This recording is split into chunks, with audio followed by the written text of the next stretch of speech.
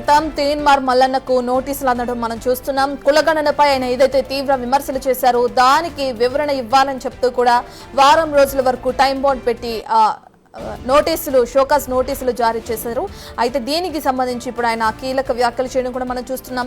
BC సమాజం ముందే తాను తలవంచుతాను తప్ప ఎవరికి వివరణ ఇవ్వనంటున్నారు ఎమ్మెల్సీ తీన్మార్ మల్లన్న. అయితే తీన్మార్ మల్లన్నకి ఏదైతే నోటీసులు జారీ అయినాయో వాటికి సంబంధించి నేడు డెడ్ లైన్ విధించింది టీపీసీసీ క్రమశిక్షణ కమిటీ.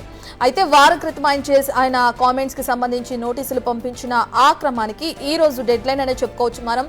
మరి దీనికి సంబంధించి మల్లన్న ఏ విధంగా స్పందిస్తారు, వెళ్తారా వివరణ ఇవ్వడానికి లేదా అనేది చూడాలి. అయితే ఆయన ఈ చేసిన కామెంట్ల ప్రకారం అయితే మనం చూస్తే వెళ్లే అవకాశం అయితే తక్కువగా కనిపిస్తుంది. ఎందుకంటే బీసీ సమాజం ముందే నేను తల ఉంచుతాను అంటున్నారు.